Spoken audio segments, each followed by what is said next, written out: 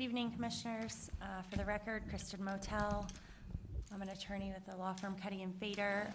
On behalf of Volta Charging, Mike Dennehy, the General Manager of Volta, is here tonight, as well as Dean Apostolaris. He's Greek, from Kimley Horn. And we were before you in September, and at that time we were taking some comments from the Commission on our proposal to amend the text of PDD 18 to permit electric vehicle charging stations with digital displays that offset the cost of the charging for the EVs. This matter is before the Zoning Commission, but it is here on referral from Planning. We had a number of comments based on our discussion last time. We had submitted some supplemental materials to you all. They included some lighting details that were requested, as well as information on traffic safety and driver distraction. The landlord of the plaza has consented to limited hours of operation for the charging stations, meaning they won't be active overnight, so they won't be attracting patrons to a vacant lot. The charging stations will also be shut down at night, so the lights won't be on, even though the lights to the plaza are on. And the bollards will be installed. We provided some updated site plans. Each of the charging stations will have 4 bollards around them. And I guess at this time, we're here to take any questions or further discussion from this commission on the materials that were provided. Excellent. Anyone have any questions? The application says an hour before and an hour after. Correct. It's not overnight. It's very specific. It is very specific, yeah, and that's to accommodate like the employees of the Stop and Shop and that sort of thing. So, yeah. How do cars queue up? They said if there's someone parked there, it's going to take them minutes or however long. And there are other people waiting. In your traffic study, you did a traffic study?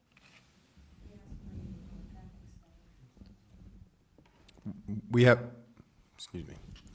We have not performed a traffic study for this for a couple of reasons. That, again, my name is Dean Apostolaris. I'm with the engineering team.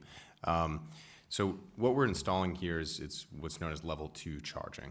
So these charging stations charge your vehicle a little bit slower than what we call a DC fast or a level 3 charging.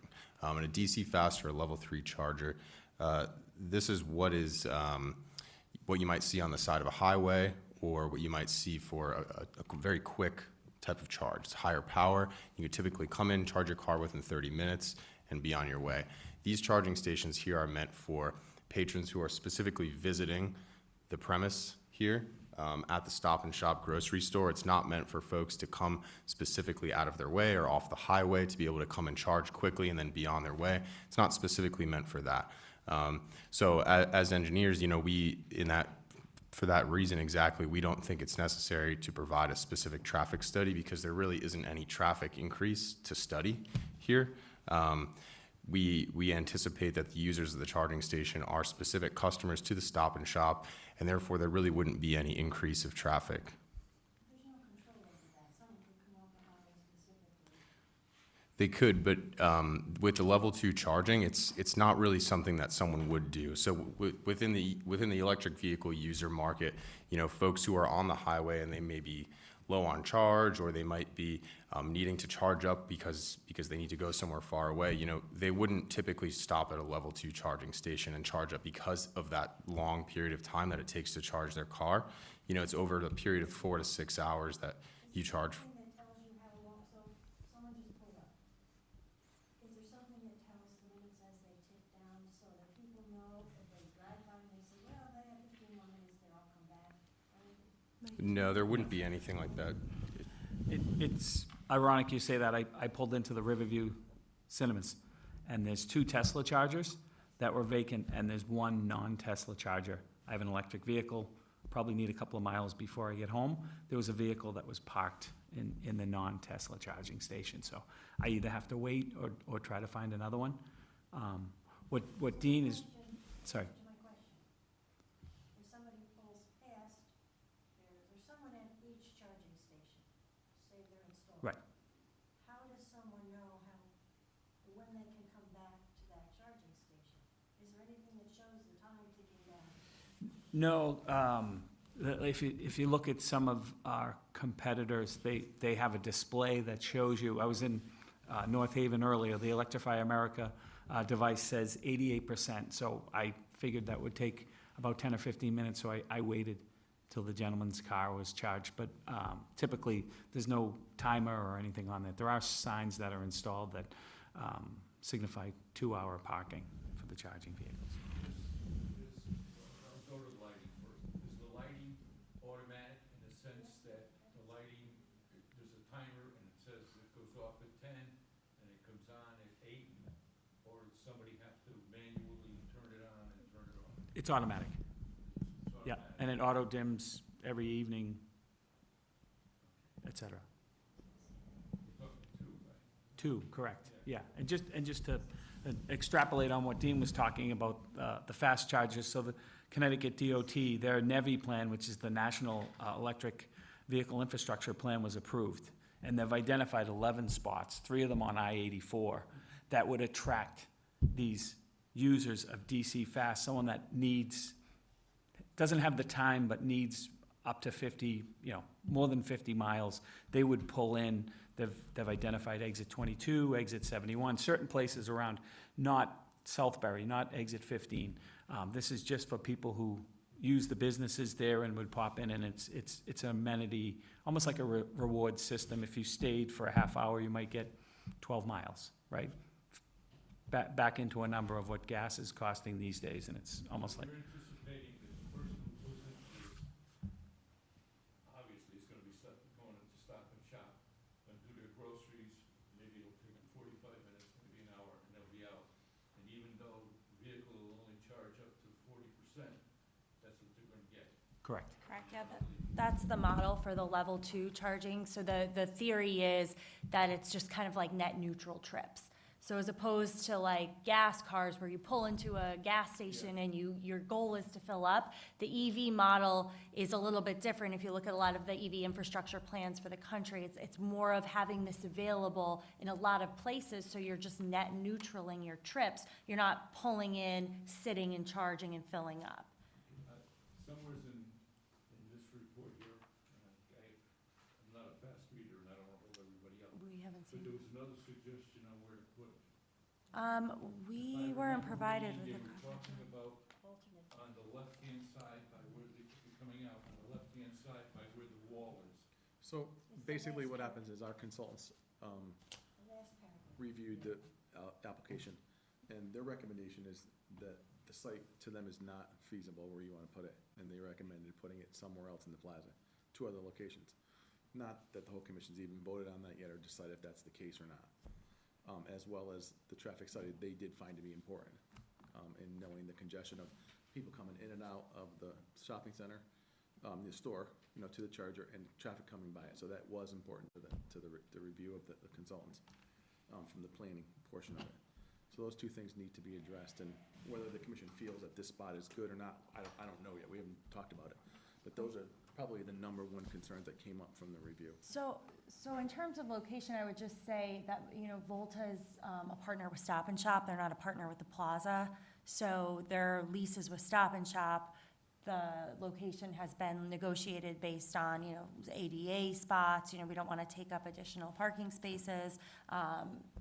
And so somewhere else in the plaza is not an option for Volta here. There are partners with Stop and Shop, again, because when people grocery shop, they spend a longer time at the plaza. So instead of being over by the Panera or being by the McDonald's, the grocery store patrons have longer visits, right? So it makes sense for the charging stations to be located there. And I know that Dean's taken a look at the other available spots. We were complying with setbacks and, ADA spaces and a number of other things. And, in terms of the traffic study, just to reiterate, this isn't drawing new users to the site. There's no additional use being provided. It's just an amenity to existing patrons. So I don't really think a traffic study would be necessary. What we did provide was a safety study because, again, Volta deploys this model all over the country, right? So They always go usually within the first row of parking spaces closest to the building entrance, because again, you're trying to like encourage and reward people with EVs. They get closer spots. They don't get spots all the way, farthest away from the store. The whole goal is like to encourage EV infrastructure and EV drivers. So they're closer to the store, and the location is always the same, right? It's always on a landscaped island. The orientation is always the same. So store to store, the difference in safety impact, there really isn't any, because it's the same kind of stop and shop, large retailer, exact same location model. And then again, we're talking level 2, not DC fast here. So I don't know if that helps the analysis. To where you were proposing anyway, to carriage return, to where people pick up their Instacart deliveries and Stop and Shop deliveries, they have to pull into that right next to it there while the store employees come out and put it in your car and done it.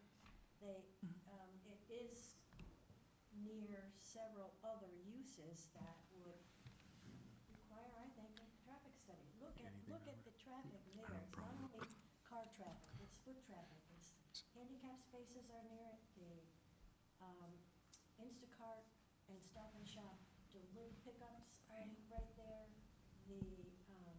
But there's parking spaces there now. yeah, they're all in that area, that's why we requested a traffic study. So, You may not think it's necessary, but. no, I'd love to hear your points on that. I'm curious, I want to make the distinction. Are you talking about a traffic study of traffic being directed to the site as a whole, or are you talking about circulation within the parking Now, lot? let me read exactly the. Yeah, I would also like to, Sure. sure. It says, given the relative vehicle and pedestrian congestion near the entrance of the building and the size of the kiosk that appears from the images provided from the application, the applicant should consider alternate locations for the kiosk. One possible location would be along the perimeter of the parking area along the southerly border of the property, somewhere removed from the entrance area where the visibility will not be an issue. So they're saying right where the entrance of the Stop and Shop is and the kiosk there with traffic of people coming in and out of the store, people coming across the parking lot, that's what the concern is. With the kiosk being there and blocking visibility, that's the concern. And I don't know if my colleagues have thought about, any thoughts on it yet? So anybody have anything to say on that? For it, against it, like the idea? It's not only vehicular traffic. No, correct, it's congestion of pedestrians as well. And it's like you say, it's coming down that aisle, and a car coming this way, and you got a kiosk there. It decreases the visibility of a car coming across, or Okay. for a car coming this way over here. So you guys all, on that side of the table, feel that way? I'm, My concern is about the height. I mean, these stations are 7 feet high, and then on top of the island, you gotta figure another, 5, 6, 8 inches. I mean, that's very tall in the front of the store. And it just seems like it limits visibility and becomes, a focal point. Other Stop and Shops too have them on the sides of their buildings. They're not away from the building.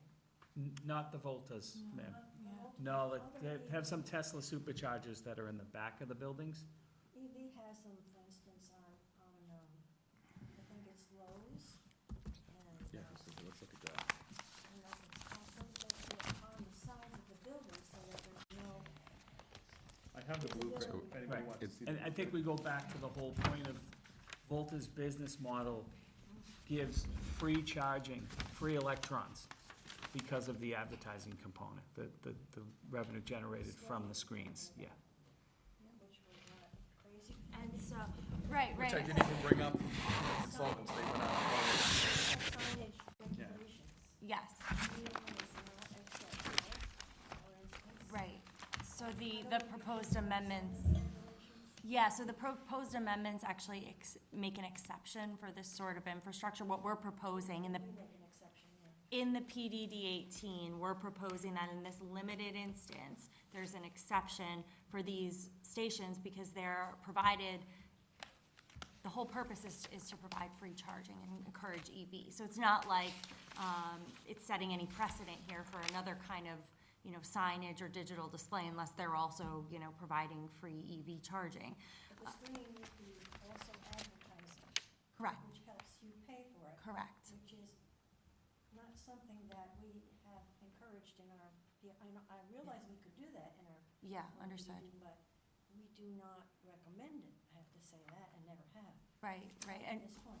I mean, we definitely hear what you're saying. We've come across this, you know, in towns throughout the state, and we've worked through, like I said, limited amendments, limiting factors, so that this can't be replicated, and there are minimal impacts that follow the spirit and the intent of that prohibition that the town has, so we're not just outwardly thwarting it. And back to, you know, traffic safety, we did provide you a letter from Volta that talks about safety. Volta has over 3,000 chargers installed throughout the country. They don't have any incidents of any kind of like safety report documenting that the stations created a hazard for pedestrian or for vehicular traffic. And this is something they monitor closely, but I can tell you that the traffic engineers work to orient the stations. The stations don't have glare. So they've been carefully designed because Volta doesn't, you know, want people having accidents either in front of their stations. So this has been a successful model across the country. Can we flip to sheet number C2? Sure. And while we're doing that, I just wanted to touch base on the planning aspect of this, is that the kiosk is labeled from not only the consultants, but from what we look at from our zoning reg, is the use of the use of a dynamic advertising sign, and that's what they're concerned about. Right. It seems to be a significant departure from the zoning regulations on section 12 of the regulation, provides significant flexibility to approval of the land use and site developments that would ordinarily not be permitted in the scheduled uses contained in the regulations. So, when reviewing the proposal for that, there's a whole section on this. We understand why, but that's part of what the consultants came back with on it. Right, understood. And, you know, that's part of the amendment we're requesting and the justification behind it. So, I mean, as a commission, our request is that this be considered like in totality and not just, looking at one piece of the code without looking at the whole of the circumstances here and what we're trying to Looking for further. an exception. Yes, we are. We wrote an exception to the text that we're Yep. recommending. I have another question. Yes. Unless you did, were you? No, go ahead. And then Bob has he got C20 over here. I don't understand. I just looked at this Beacon Falls, maybe you're familiar with it. So they put in the level 2 Okay. stations, and they got so many grants to do that from the government because the town did it. And they found that they're not convenient, so they have another grant from the state of Connecticut to upgrade those. It's funded almost entirely by DEEP, a grant, the first grant was in 2014, and now there are $4 million available for the upgrade for Beacon Falls, because the faster ones are faster, this is a newspaper article, I'll give it to you, faster, more efficient. And then there was the question about the maintenance too. If the town owned it, there was a $3,000 annual maintenance fee. And I understand that there is not, you know, because of your advertising, there's no maintenance fee for anybody. Are you sharing your costs with Stop and Shop, or? No, so I'm not sure, that's not a Volta charging station in Beacon Falls. This, No, it's not. yeah, I was gonna say, It doesn't say what right. Get Tesla or something similar to that. Yes, These are not fast charging stations. it's not just Right. Tesla, it's universal. Yeah. So you mentioned this was a Fast charging. collaboration with Stop and Shop. It's not with Chris, the owner of the plaza? That's correct. Okay. Unless. No, it's with I mean, Stop and Shop. Volta's model is, and, you know, they're working with all, you know, 88 Stop and Shops across the state to do this. So this is not like a unique location here in Southbury. It's the model to partner with Stop and Shop. It sounds like, and I know Mike can speak to this a little bit more, it sounds like that might not be like a publicly traded private company like Volta is. That might be something that runs exclusively off of subsidies, like that charging. EVSE. EVSE is. It's a general is term an for the acronym. industry, yeah. Anyway, you can. So to that point, right, so the Biden administration has released the Bipartisan Infrastructure Law, and part of that is the Investment Infrastructure Jobs Act, which is $7.5 billion to connect the network. And what they found was in the corridors, right, so this Connecticut DOT had to identify corridors. They identified 395, 84, 91, 95. On those corridors, every 50 miles, there has to be 4 DC fast, which are 150 kilowatts. Yeah. when they check that box and they spend that money accordingly, and all those have to be within 1 mile. So if Connecticut DOT deemed Southbury, exit 15 as one of those, someone would be putting in fast charging there. They did not. There must be a fast charger somewhere within that 50-mile bandwidth. But that's the money they talk about, where Mike Denny, he could drive from Bangor, Maine to Southern California in an EV, just staying on the interstates and keeping that car to, That's by, what, 2030, I think? it's 5 years worth of money. 5 years. Okay. So Yeah.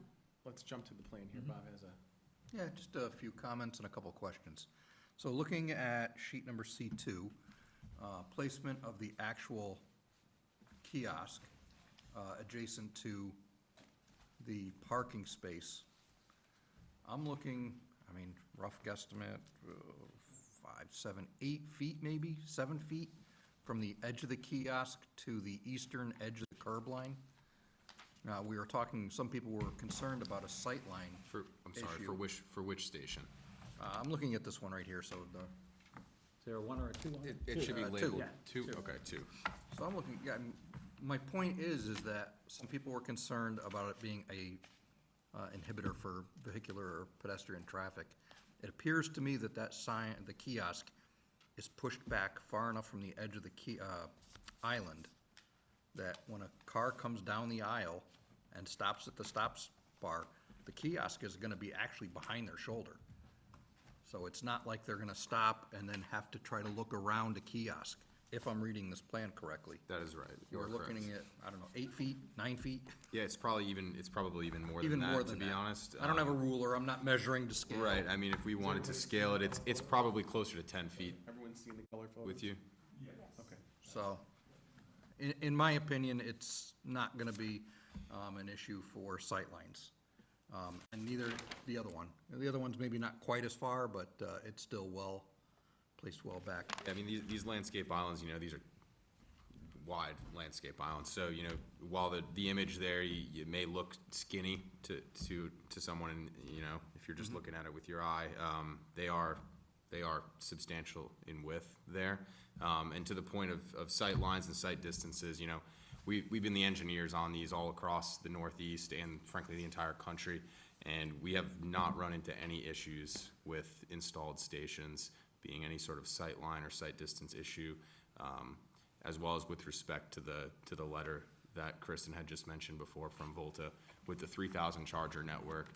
There have been no incidents reported of any sort of accidents related to the stations obscuring sight lines or obscuring or increasing congestion of traffic or creating any sort of unsafe environment surrounding the station there.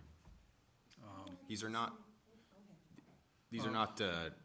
just to the point of distraction as well, these are not dynamic images or anything. These are static images. They're not some flashy, there's no, I'm sorry, I can't see that. Yes. That's yep, that's it there, yep. So there's no audible component, so you're not disrupted by some sort of auditory, flashy, graphic image here as you're walking by or driving.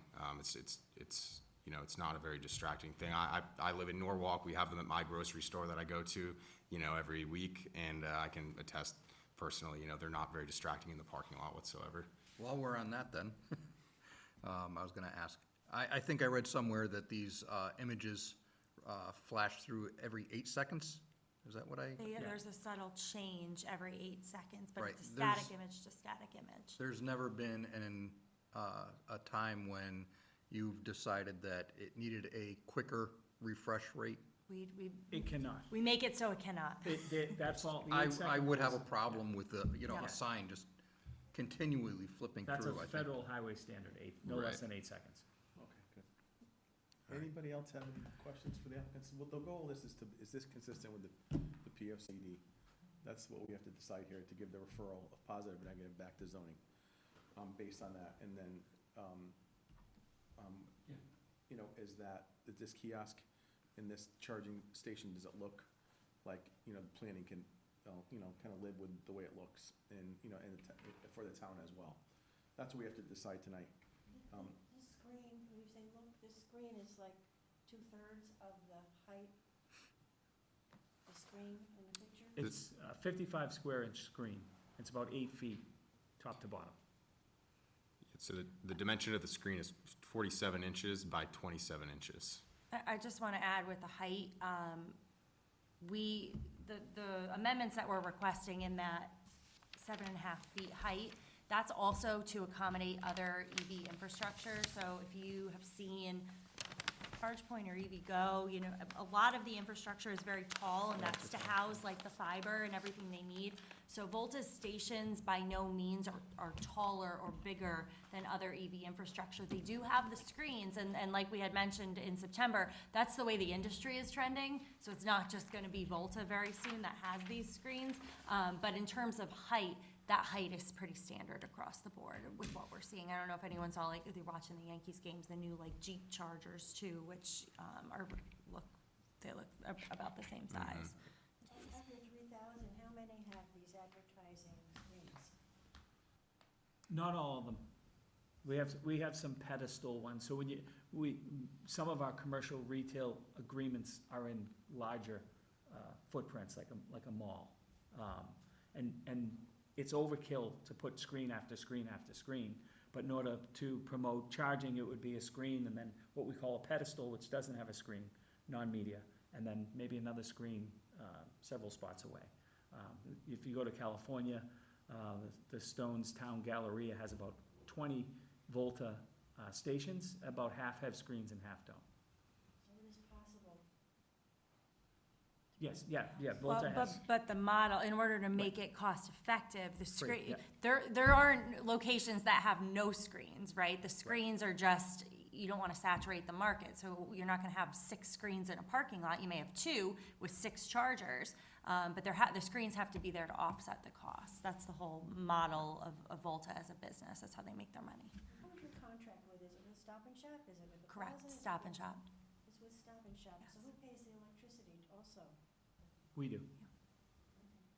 And We're then- owner operated, that's why the Bullards was a great suggestion. We pay a lot for these machines, and we don't want people to run into them. That's an asset of ours. And do we have a color picture of how the bollards look around that? Did you bring that by any chance? They're just stainless steel bollards. Stainless Oh, that's what they steel. were? Okay, fine. Yep. Okay. They got away from the bright yellow. Oh, I good. read that they Yeah, went for the okay, good. stainless steel. Robert, I know you had. A couple of questions. One, as far as the machine that you intend to put in, you said it was a slower machine, I guess. Level 2, yeah. Is there a possibility that down the road, you're gonna wanna upgrade that because this equipment is always evolving and becoming more efficient into a faster machine? And would you just go ahead and do that, or how does that work? No, they'd have to come back. Yeah, and I would assume we would have to come back. They've done it in very rare instances. Those DC fast chargers that Dean talked about, they produce so much power that they need their own power source. Yeah, we wouldn't be able to actually, we It's not a wouldn't swap. swap it out. The fiber that you have to run, because the electric pull is so much for those DC fast, we would have to disturb the parking lot. We would need an would amended be a- approval from you all to Well, yeah, to because do this that. this Texman change would just be for this level 2. Correct, Yeah. just for the Right. level Yep. 2, and we would need like a Yep. generator on Right. site if we're gonna do DC fast. I mean, amendments that the planning commission has jurisdiction over, Right, right, you're good, so. right? And that's charged for charging. There's so much electricity coming through those lines that, All right, I'll make a motion on that. regardless of how Volta subsidizes their model, they can't afford to give those electrons away, but very good question. The other question that I have is the proximity to I-84. And that particular shopping center, and I'm sure we're all aware of it, sees a lot of traffic that's coming interstate, whatever else. You know, there's 4 different eating establishments in there. So there's people that are willing to go in there and spend an hour or so going to Panera or going wherever else to eat. I don't see why they wouldn't want to take advantage of a free charge when they're in that shopping center. So how do you restrict it so that it's only being utilized by those people that are shopping at ShopRite or the residents of Southbury? Is there a time limit on the charging? Yeah, normally there's signs that read 2 hours charging, but you could pull up to one and there could be a nice vehicle in there. There could be a combustible engine, and the person just went in to pick something up quickly and took the So EV charging spot. It's like who takes up the spots for the mobile pickup orders, right? I mean, I just think it'd be very tempting that if someone's on I-84 and they Google it and they can go in there and have their lunch and dinner while the car is charging. Right, well, yeah, but, I mean, keep in mind, they're not getting a 40% charge when they do that, right? So Free. it's, yeah, it's free, but it's minimal, right? So travelers on I-84 are making larger trips, right? As opposed to somebody who's going to the Stop and Shop and going back home or running their errands for the day. This would be, the benefit of doing that would be minimal. I would think if you're on What- 84, you're what gonna they're go to prob- a DC Fast. And what they're probably looking for is the DC Fast, which will be here in 12 to 18 months. Well, Not here, but and along then 84. If you look there, a lot of those out-of-state license plates that are there all the time, not going to Stop and Shop. Right, You know, they're going somewhere else, they're going, like I said, a lot of times it's the food establishments are there. yeah. And so they have time to spend, and they stop there. You know, we see it all the time. It happens, you know, every day. And to me, I think that would probably be part of the reason why you're looking to put it there, because of its proximity to I-84. We're trying to get them in all the Stop and Shops. Yeah. And this one happens to be, you know, fit into that I-84 category, but Okay, Stop and Shop in New Fairfield, for example? Yes, yes, yes, we're actually starting Yeah. looking there. Working on it? Yes. we New are. Milford, I was in New Milford during the summer. New Milford, Yeah. Ridgefield is operational, that's where I shop. Norwalk, yeah. Norwalk, We're working yep. in Stamford. Stanford, all the Stop and Shops. But very relevant. Well, yeah, but relevant, but the thing is, with, you take Ridgefield or you take New Fairfield, they are not near I-84. Right. They're not right off the Right. exit of I-84. There's a major difference Yeah. as far as that shopping center versus the ones that you're citing. Right, and to Mike's point, with all the federal money that's coming out for DC Fast, that's, there, within the next year, there will be DC Fast chargers along I-84, because that's the money that's the purpose of what's being given out. So this is a little bit of a different model.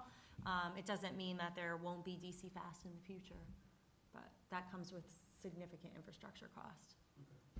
I know this is not a public hearing, but we have a Yeah, Hugh may I have Sullivan. a question? Would Hugh like to just Sullivan, make a an comment. architect and planner here in town. I support what they're doing.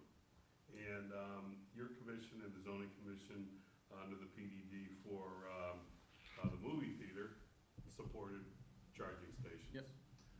I just went to a updated code seminar for the state of Connecticut, and I'll just read to you. It says, for non-state facilities, the act requires that any new commercial, multifamily residential constructed on or after January 1st with 30 more parking spaces install level 2 or direct fast charging stations for electric vehicles for 10% of the parking. So this is A drop in the bucket. Yeah. gonna bypass you. Yeah. You're not gonna have any control of it. This is where we're heading. And we have some towns we're doing private residential homes in, and the building officials, they want one in the garage. So, Right. it just, I mean, again, 20 years ago, we didn't have the handicap spaces. You know, we now have them as percentage of parking. We didn't have van accessible spaces, and all of these will have access to charging. Yep. So I support their application. I agree with that. So, you know, to Hugh's point and everyone's tonight, we have to make a decision on, is it consistent? And, I mean, I'll make a motion to give a positive referral back to zoning. If we can get a second, I would second that. Okay, and any quick discussion on it, I have a resolution we can read. But I think we addressed most of the concerns. Anyone have anything else they want to comment on? I know I Nancy. think in our referral, we need to list our concerns. Okay, so that I have a they address resolution here, and we can add to it. Anyone else have anything? All right, I'll read the resolution first. So this is a motion on the table for a positive referral back to zoning. Petition to amend PDD number 18 and modification of detailed site plan, Southbury Plaza, 100 Main Street North. Volta Electric Vehicle Charging Station, South Haven Associates owner, Dean Apostolaris. Apostolaris. Apostolaris, I almost got it, I got it. Kimberly Horn applicant. Where the Southbury Planning Commission has received a referral from the zoning commission in accordance to the section 12 of the Southbury zoning regulations related to the petition to amend PDD number 18 and modification of detailed site plans at Southbury Plaza, 100 Main Street North. Whereas the planning commission has received the following documents submitted in support of the petition by the applicant.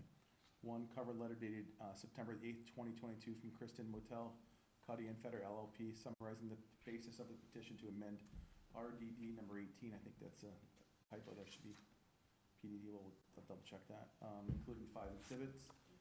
PDD, yep, excuse me, made a mistake there. Proposed zoning regulation text amendment, site plan set entitled Volta Stop and Shop, number 621 Southbury, 100 Main Street North, Southbury, Connecticut, 06488. Town of Southbury, MBL 35-32-2, prepared by Kimley Horn and Associates Incorporated, dated 8/3/2022. There were 11 pages. And the letter from Kristen Motel dated October 6, 2022, transmitting 4 supplemental exhibits.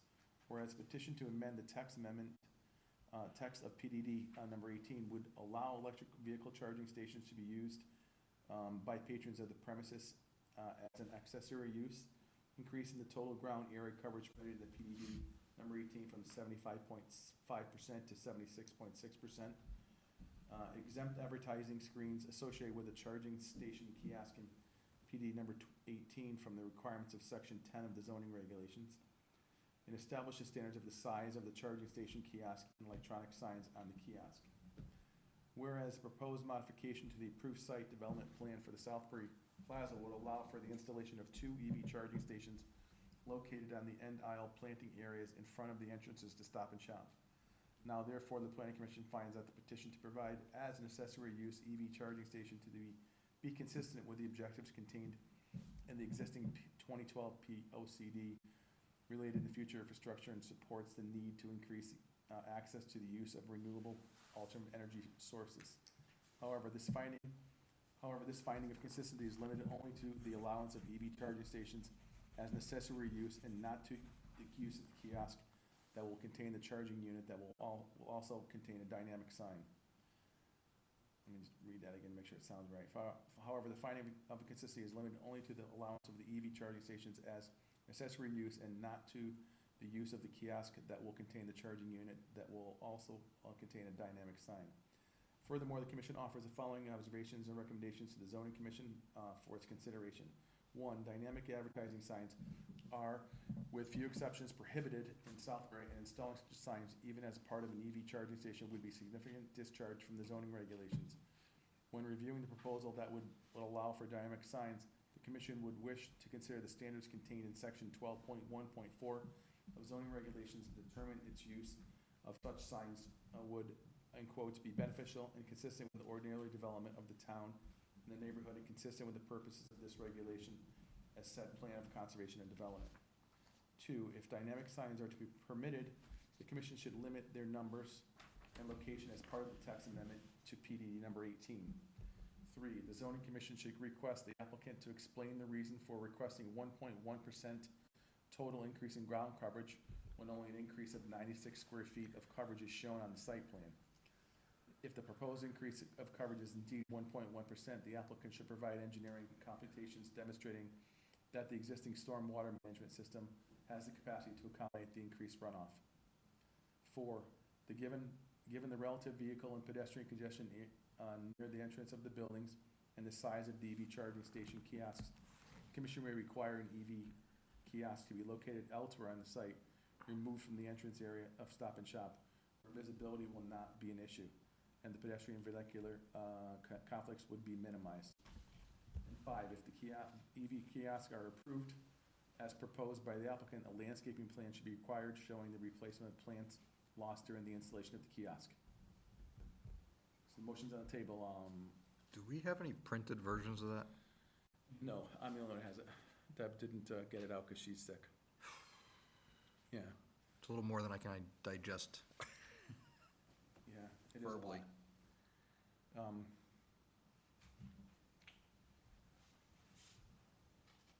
If I understood, and I was getting confused, to be honest with you. At one point, I thought it was saying that it prohibited dynamic signs, and then later on, did it say if It we? was going through the zoning regulation in the beginning, saying where they are prohibited, and then it came back around with the petition of, for the change to the text amendment to allow it. With concurrence to our signage regulations. Right.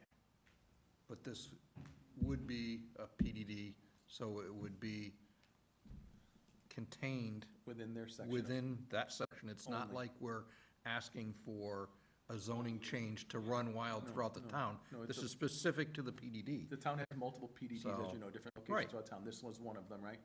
And, you know, ShopRite's its Right. own as well, right? So we're allowing just in this one time here, this PD change just for this kiosk to be Which I installed. don't have a problem with. Right.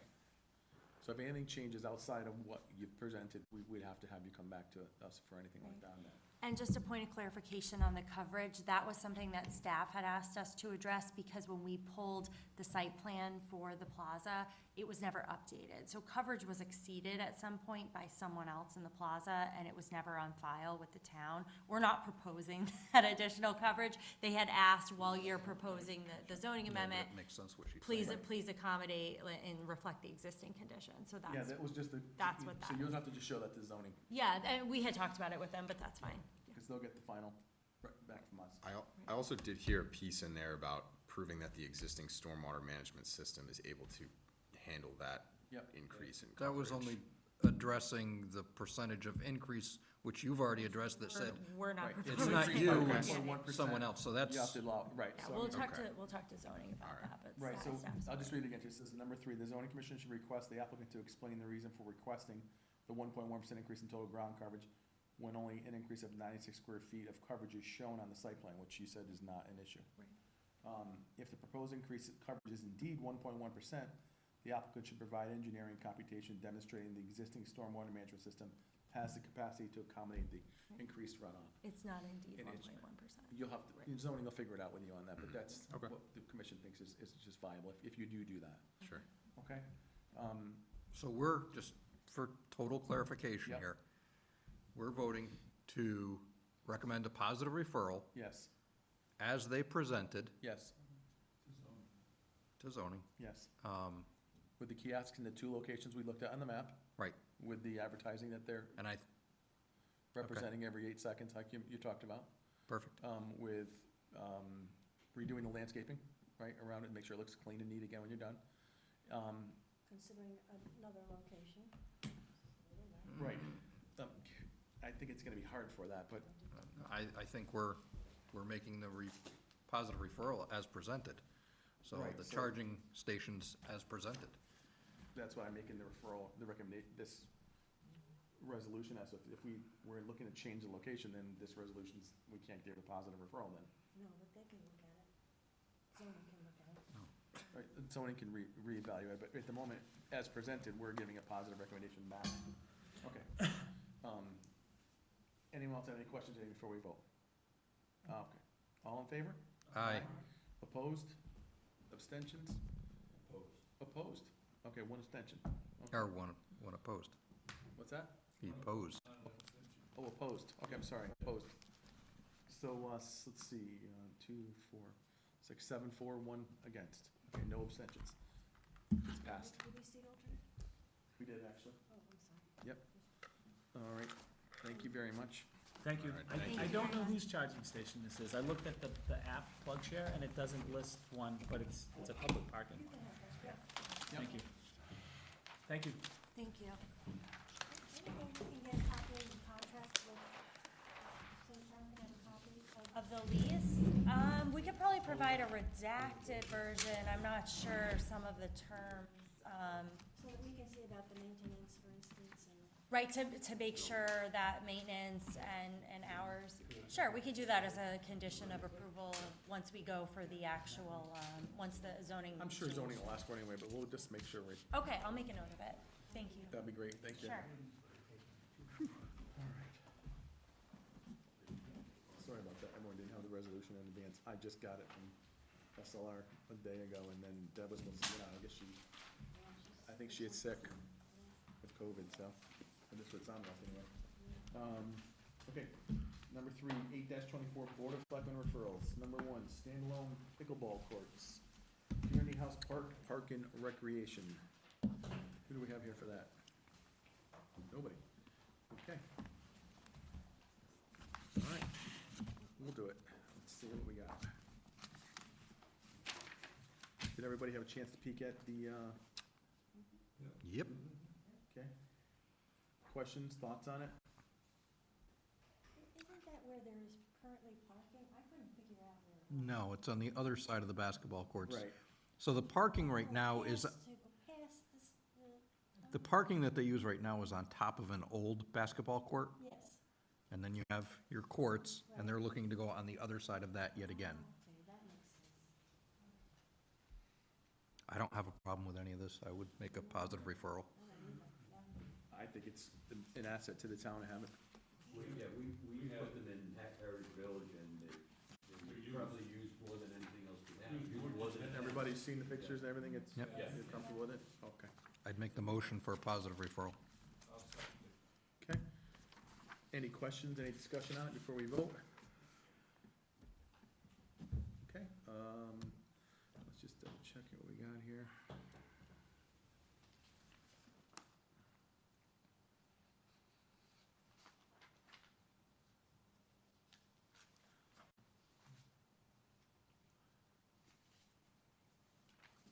Okay, sounds good. All in favor? Aye. Opposed? Abstentions? All right, we got positive referral back to the Board of Selectmen, passed on the pickleball courts. Is there any new lighting for that? That's what the question is.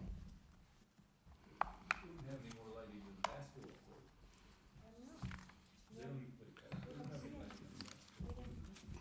They didn't present any lighting. I didn't think so either. There's no lighting. We don't know. Well, the plans didn't show any. Didn't show any. I mean, if they wanna put the plans, they'll have to come back, I mean, lights will have to come back to us. Yeah, the court was without lights, so. Well, all of a sudden they decide to light it, because they want to play it at night and fight them. And then I read through this thing twice, I didn't see anything on it, anywhere on lighting, so. That's why I had a question. All right.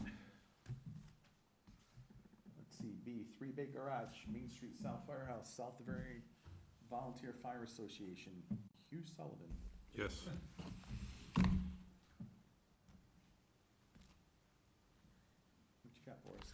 I pass these out on each side, please.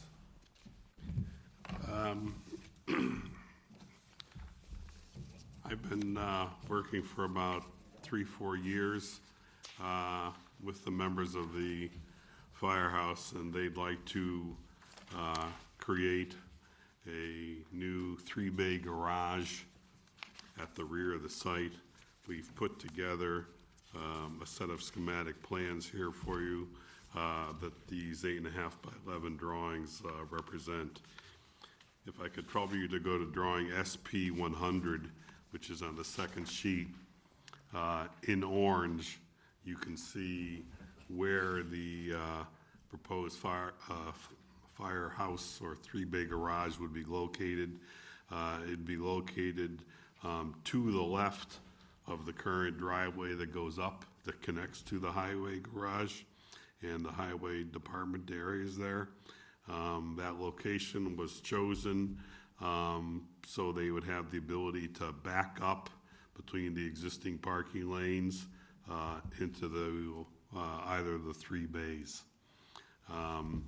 If you were to continue forward on drawing A101, you can see where they will have their 3 bays, and I'll let my old eyes look. One bay is for a John Deere trailer. One is for another trailer that they have, and one is for a crew cab. One of the trailers has a boat on it that they use, a rubber boat, when they've had to go into the water for emergencies. At the onset, you know, certainly there are members of the of this organization that you know, said, you know, why can't we do a metal building? And I unfortunately had to play architect and said, well, you know, then you go before the planning commission, because I'm not. But we're going to model it after the firehouse, Make it brick. with the brick Yeah. and with the doors and with the venting cupola of the roof. And that's what we've prepared for you tonight, and we certainly hope you would support it. I know they're very excited about it, and it's taken us a long time to get here. But any questions for me, please ask. So the question I have, and that I've had already with the consultants on, from SLR, is, and the first selectman was wondering as well too, does the, commission want to, members need to have the area staked out due to the close proximity to the steep elevation in the back? Well, the steep elevation has to be graded, as we've noted, Yep. and there's a retaining wall that's built no differently than some of the other town buildings. You know, we're approaching this based upon the grades that we have, and if you look at drawing A201, you can see how we've built it into the hill. Does anybody feel we need to have it staked out? I mean, it's, Bob, do you think so? You're gonna remove you have to remove material to get it? yeah, and from what I'm told, the town already has control of that. When this kind of thing goes to bid, they own the material and they will coordinate it, you know, accordingly. So nothing's going off-site. Use it somewhere else, you mean? Well, they'll probably grade it around the building and, you know, but, again, you know, it would have been a lot simpler, I'm sure, to create a block building or metal building, but I didn't want to get involved with that kind of work. I guess first comment is, I certainly don't doubt the need for this building, Yes, and I certainly love the look of what you've proposed. okay, My issue potentially is its location. okay, Where it's situated in that rear parking lot. Right now, we have voting that takes place there. There's hall rental, you know, that they, there's training days, I know that the town utilizes. And then that parking lot is completely full during those events. correct. Now you're gonna say, in the middle of all that, oop, we might have an emergency. We're gonna be backing trucks up to hook up to trailers, trying to get out of there in an emergency. And I'm just wondering, are we trying to put too much on too small of a place? And I know they want it here at the Yeah, I center know. firehouse. Yeah. I really have some concerns about how tight this is all getting. And then upon their return, you're gonna have to utilize the vast majority of those, lanes between the parking spots. Correct. In order to get back up there. As it is now without that building. And working part-time for animal control, and that's the little driveway that you Yep, see to the yep, right. yep. You know, as it is on voting day especially, we can't even get out of our driveway with just a regular pickup truck. Now they're gonna be hooking up a crew cab pickup truck with a however many foot-long trailer and making a wide swing. Yeah, I have my concerns. we understand, that, but we didn't take up existing spaces, one. I understand Yeah, that, no, because right yeah, there, that's where that yeah. old barbecue, And there may be some Pergola history thing. there that, yeah, I remember the food, it was quite unique. To the right of the access driveway, unfortunately, there's a big drainage culvert that overflows. That's, you know, we didn't want to go anywhere near it. And we didn't want to move from the site plan to its left because we didn't want to take out those parking spaces. So we felt limited. You know, to put it down on the street meant that they lost the bays at the end going into the garage. So we were a little, you know, kind of handcuffed on what we could do at this area, at this site. Going further to your left, Yes, I guess, you know, you could almost say between the police department and the fire station, I see a, you know, a spot where there's no parking spaces. that's correct. I still think that would be to the right of the generator, so we wouldn't be getting into the In generator. the map they gave me, I didn't have the generator located, but you're correct. That building could certainly go on axes there, and that would remove it. Now, I don't know about elevation and No, and slope, it's, we have to do retaining walls anyway. you I know? just think that might give you a little cleaner shot, and then if it's the way it appears, you've got a very straight area to back into. Well, you know what it also does, I think, in all honesty? Now that you bring it up,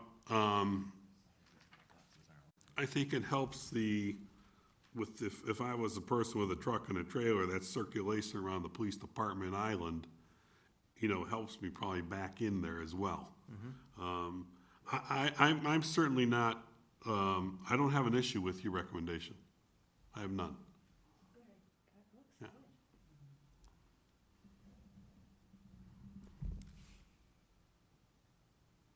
Yeah. And mind you, I think you look great from the street. I mean, I don't have a problem with it. Don't have a problem with it at all. Anybody else have anything for you? Congratulations, Bob, that was very good. Yeah, safety I have a concern. question for you. Yes, Going back to charging stations. yes. What does the fire department now have in that area that would be capable to do the job as far as the charging station? They have nothing. And would that be something that we should be doing when we're putting this building? Well, let me We tell, did talk about this with the first line. yeah, let me tell you, right now is the first of the year. Any new building permit, you're gonna have to demonstrate that you have charging capabilities. So for instance, at the movie theater, which has 400 spaces, 40 of them would have to have charging stations dispersed around the site for all the tenants, handicap spaces, the van accessible space would even have to have one. If a van pulled in and they were gonna stay there, let's say if the elderly or a nursing home wanted to go to the movie or the restaurant, they have to plug in. Houses are gonna require to have one bay in a garage. It's here. It's here. No, and I appreciate it. We can, I don't know what they're doing to charge. I'm not kind of familiar with their equipment, and, I don't know how you charge a fire truck, and I don't think they'd wanna go out These are, those trucks. with electric, Just Well, I understand, I a just, little side note, just so you know. yeah, A friend of mine happens to work for the Mesa Fire Department, in California. Mesa? Arizona. Oh, Mesa, okay. And their fire department just purchased an electric fire truck.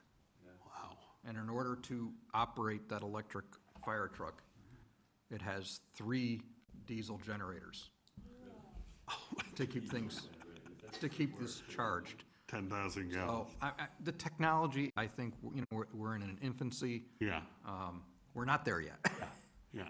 but Hope they have that automatic discharge when he puts it in drive, that they all out the sides, that driving off with them all connected. I don't know how we would work this in. If you could go back to the fire department then maybe and present. No, I'll tell them, that's what the recommendation is. Yeah. But what provides the electricity? Fossil fuel. Well, we've been doing buildings that have photovoltaics on the roof. And some of these photovoltaics are pretty wild. So we have to give a positive or negative referral back here to the board on this. Well, if you give a positive one, and I will take your recommendation that we relocate it between the police station and the firehouse. I'll recommend a positive referral based on that comment that Commissioner Harrison just mentioned of moving the building. Pardon me? Should we put it in writing? I Well, don't, it would as it gets presented back to the Board of Selectmen in the letter. yeah. I don't have a resolution to read it for that, but. Doesn't matter to me. No, it doesn't. We can make a recommendation. So based on moving the building, and then you'll shoot us back like a final Yeah, spot where you think it should. yeah, yeah, fit. yep, And then, kind of go from there on that. yeah, not a problem. All right, so we have a motion on the table. Check to make sure there isn't Anything? what Bob wants to put it. Oh, well, I thought it was Commissioner Clark. I didn't know it was Bob. Okay. I'm kidding you. Last time I looked, it was So, there's a motion table, I didn't hear it, we'd have to get a second. Second? All right, all in favor of the positive recommendation, back to the board of selectmen for the 3-bay storage garage for the fire department? Aye. Opposed? Abstentions? Thank you, everybody. Passed. You're not going anywhere, are you? Yeah, no, I'm Now not. he's gotta do a burglar Yep, yet. we gotta do one more. The library. All right, 8-24, Board of Selectmen referral, exterior portal at Southbury Library. Here we go, 4 more. Yeah, I've got an electronic one too. I got the blueprint. You want the blueprint? You know, I wish we kind of had, if I had a younger architect here with me, he could have shown the video that shows what the The pergola shading? does. Spring, summer, fall, it moving throughout the day, but, Hugh Sullivan for the record is here Yes. for, I'm here for the Southbury Public Library, but really for the Friends of the Library. You should note that the proposed pergola, they'd like to install at the rear of the library where the existing terrace is. One of the issues, and mind you, this is a private donation, so it's not with town funds. okay? They wanted to have an outdoor area where they could have, if you go through the plans in A100, and I yellowed them, there'll be 4 columns that will hold the pergola up.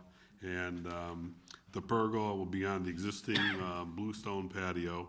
And you'll see over the next couple months, I've asked the town that they have to get in there and redo the patio and maintain it because it's all over the place due to the frost.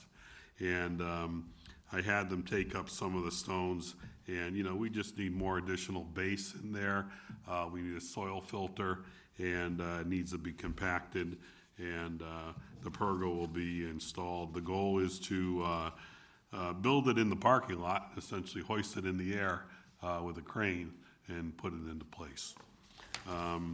So, Done by a private contractor, not? yes, private contractor, yep. So, Isn't there a sign now, employees only to go get? correct, that's correct. How- will it be- From inside, have to go inside the library to go outside.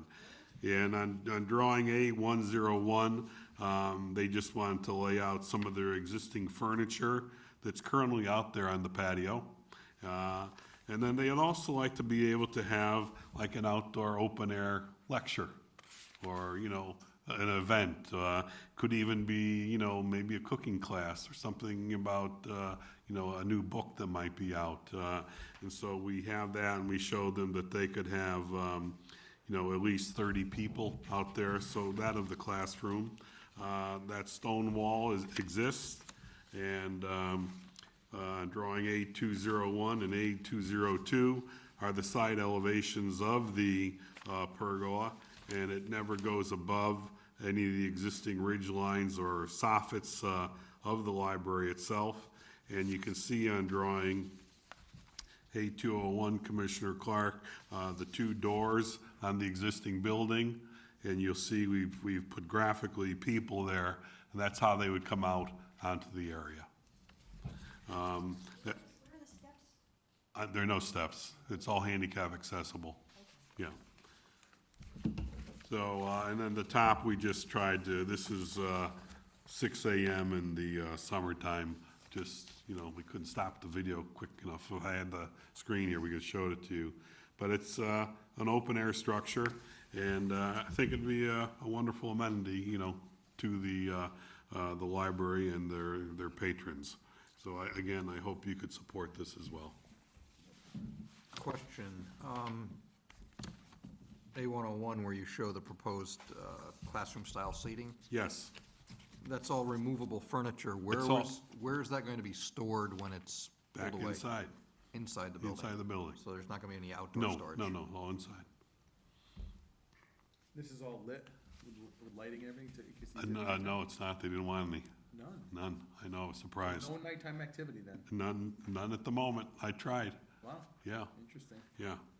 Going through all I the- think they had concerns that I was gonna open a bar out there and, you know, but, you know, Well, I have But- no further questions. anyone have any questions for you? I'm just looking where it shows the underground oil storage tank. Now, Yes. is that, where does that oil piping from that enter the building? Does it go under where the proposed construction's gonna be? I believe that is for the generator. I think you're correct. So it doesn't go into the building, that No, oil, whatever's in the to- tanks, to- not going yeah. into the facility at all? Yeah, it's for the generator, has the, yeah.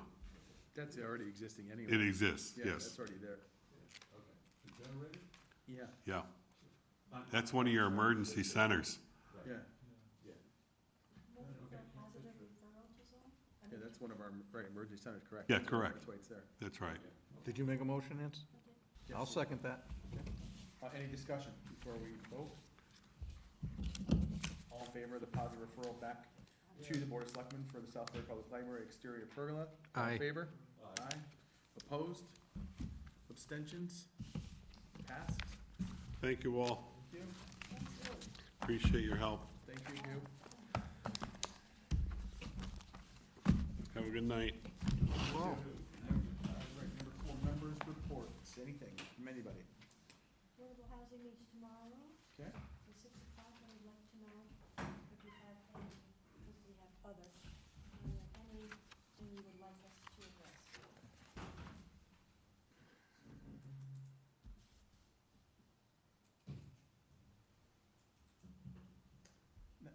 Not that I'm aware of, anyway. There's nothing new on the applications that I've seen come through, anyway, nothing. I did go to the, I guess this is the time I could discuss it, I guess, under here or other, but anyway, I went to both zoning commission meetings recently, along with the consultants, for the North Point, application that Gail McTaggart had presented. And, you know, both nights lasted 4.5, almost 5 hours on her part of meeting, starting at 7:30, didn't end till like 11:30. And both meetings were asked for an extension both times, because they couldn't come to a decision or understand all the documents that were given. They were so overloaded with information on it. And this last meeting, you know, Gail talked the first time for almost 3 hours, and then this time was 2, and Robert Collins and I sat down for 20 minutes and had, you know, the whole zoning commission's attention for 20 minutes, answered questions and went through things. We gave them reasons why we had a negative referral and the 3 things that we're looking for. And I explained to them from the first meeting that I felt as though Gail McTaggart and her team made the planning commission feel as though that we were not for affordable housing, and that we were against it totally, and that this is the picture she displayed of us after touting how much she liked the affordable housing plan. So I had to make sure I commented on that and let her know that that's truly not the case at all.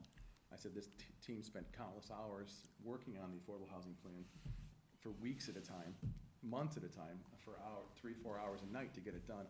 And running alongside that was the plan of conservation development at the same time, so that we had gone way overboard. And we're all for this affordable housing plan. And that's why we worked with consultants to get the 20% versus the 10% that they had offered. Additionally to that, we talked about, the zoning commission had a lot of questions about, you know, why would it just be not more feasible for them to go an 830G route, in which, you know, we said that's a possibility as well. There were some points in the meeting that town council had to step in at zoning, because there was a little, the applicant actually presented his economics on a plan of development that he wants to develop, this plan, which isn't even in town record yet, or an application in town yet. He talked about it being, you should listen to the tape, everyone should listen to the zoning tape, about his $25 million investment into the project, and you know, town council had to step in and say, this is inappropriate, because that's not on the table for the application. I explained the same thing, that the attorney was running 2 things at once, the PDD text change and her application, which is not even on the table yet. I said, it's confusing, there's 2 things going on here, this one's inappropriate, and they know it, this is what's on the table. And the planning commission's for a development, but we want to make sure that we understand where it's going to be, how it's going to affect the town, what's best interest for the town, and we gave them the 3 reasons why we had denied it, the negative referral. So we're kind of at a standstill still on that, and it's coming up November 2nd. There's another meeting, which they're having as a private workshop, I guess, the zoning commission is. But the applicants, you know, have made sure that they are clear that the public hearing is still opened, so they're going to go to it. So I don't know how long that will last, and if they'll interject again and talk, I don't know. And I made sure I let the zoning commission know the details of why we went through the whole application and everything that we thought was concern for any future projects in areas that have already been mentioned regarding parking that, you know, Bob had talked about, and different things of that. the applicant was really touting the fact that other towns are for density. They like large projects and it's acceptable in their towns, and I made sure that I let them know this is Southbury. Those other towns have sewers and public water, we don't, where this is gonna be, so it's a little more challenging. So the meeting is November 2nd to discuss amongst themselves, of which I will go and attend again. And it's open to the public, obviously the public hearing is still opened. And then I made sure that the zoning commission knew that the planning commissions work closely with them for years. I've been on the commission 12 years, and anytime that the commission gives a positive or a negative referral, zoning usually takes that in high regard, as that we see something that we didn't like or have a concern for, or something we really like and gave a positive recommendation. And the zoning commission understands that. So hopefully at the next meeting, which is November 9th, is the final meeting of where they're gonna close the public hearing, and they have to make a vote. But November 2nd is the meeting for them to discuss amongst themselves. It seemed like there was just so much data overload that I'm not sure that they all got through it all. And there were so many documents. I mean, we're talking piles of stuff. It was just overwhelming. And some of the zoning commission members had the feeling as though that there was a lot of animosity between our team and zoning over this application. And I said, I don't see that at all. I said, we had a few concerns and we asked for them to be addressed, and that's where we're ending up at. So hopefully we see some resolution on it.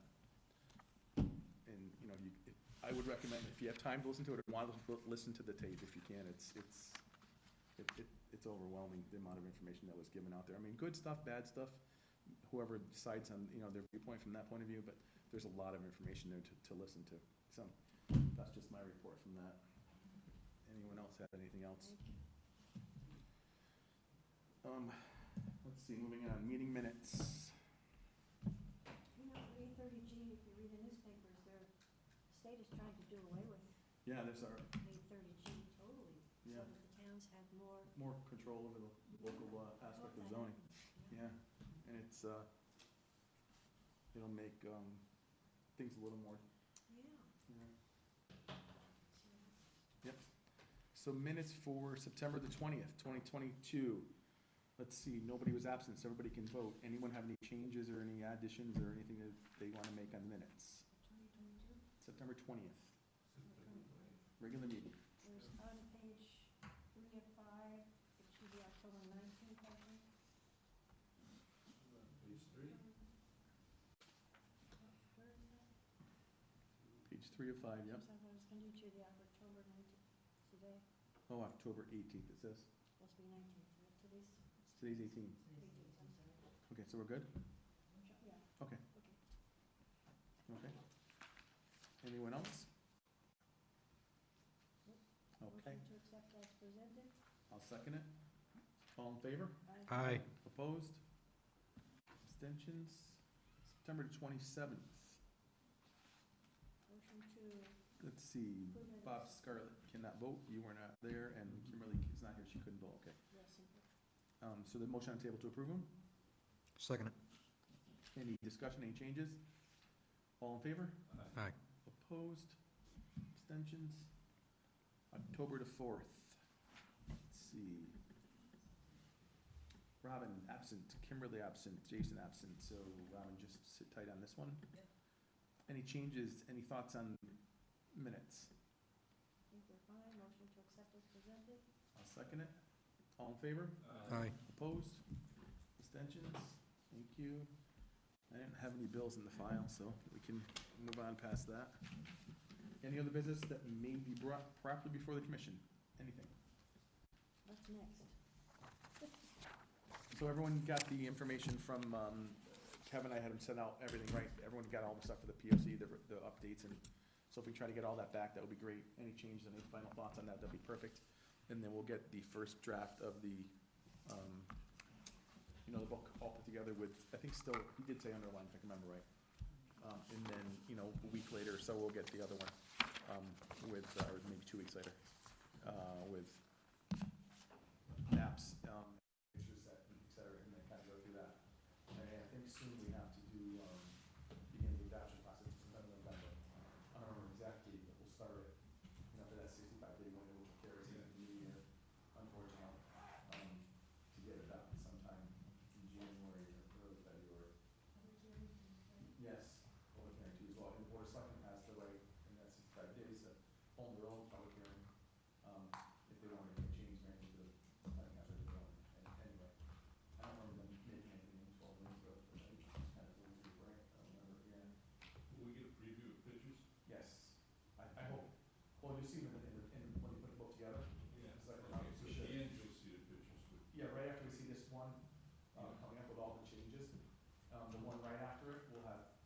years and then hopefully cover